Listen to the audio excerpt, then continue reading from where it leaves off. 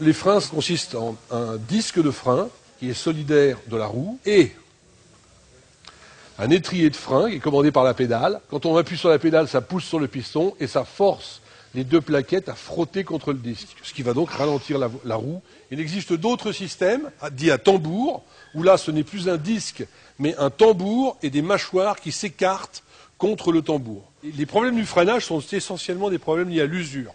Les disques se creusent ici, les plaquettes s'usent en épaisseur. À titre d'exemple, voici une plaquette usée bien comme il faut. Disons, celle-là, elle est vraiment terminée. Et à côté, une plaquette neuve. Donc, cela allume à ce moment-là un témoin au tableau de bord. Ou bien, on peut entendre un petit bruit quand la plaquette vient frotter contre le rebord du disque ici. Il est grand temps de changer les plaquettes. Les signes avant-coureurs des problèmes de freinage sont essentiellement sensibles à la pédale de frein. Donc on a la pédale de frein, par exemple, qui s'enfonce à fond. Donc là, on va avoir un défaut de mètre-cylindre. La pédale de frein très dure, défaut d'assistance au frein. La pédale de frein qui vibre, disque voilé. On peut aussi avoir des fuites, évidemment, de freinage. Auquel cas, là, on aura une pédale molle. Ne pas oublier les témoins que l'on a au tableau de bord, qui sont un témoin d'alerte à la baisse de niveau de liquide et un autre témoin d'usure des plaquettes. La commande des freins est hydraulique, c'est-à-dire qu'elle fonctionne avec un liquide, dit liquide de frein, qui est contenu dans ce bocal ici, situé au-dessus du mètre-cylindre.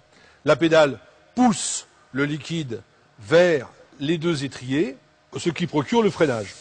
Pour éviter des frais importants de remplacement de pièces hydrauliques, mètre-cylindre, étrier, cylindre arrière, il est important de remplacer ce liquide tous les 2 à 3 ans.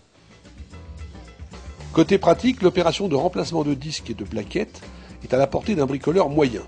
Desserrer la vis qui maintient le disque sur le moyeu, si elle ne vient pas, taper sur la tête de cette vis pour décoller les filetages.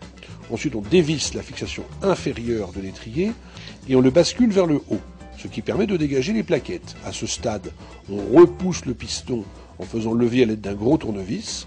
Ceci libère la place pour les plaquettes neuves. Pour ôter le disque, il faut déposer le porte-étrier. Il est très serré.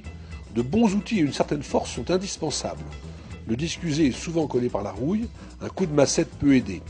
Les pièces se replacent en ordre inverse.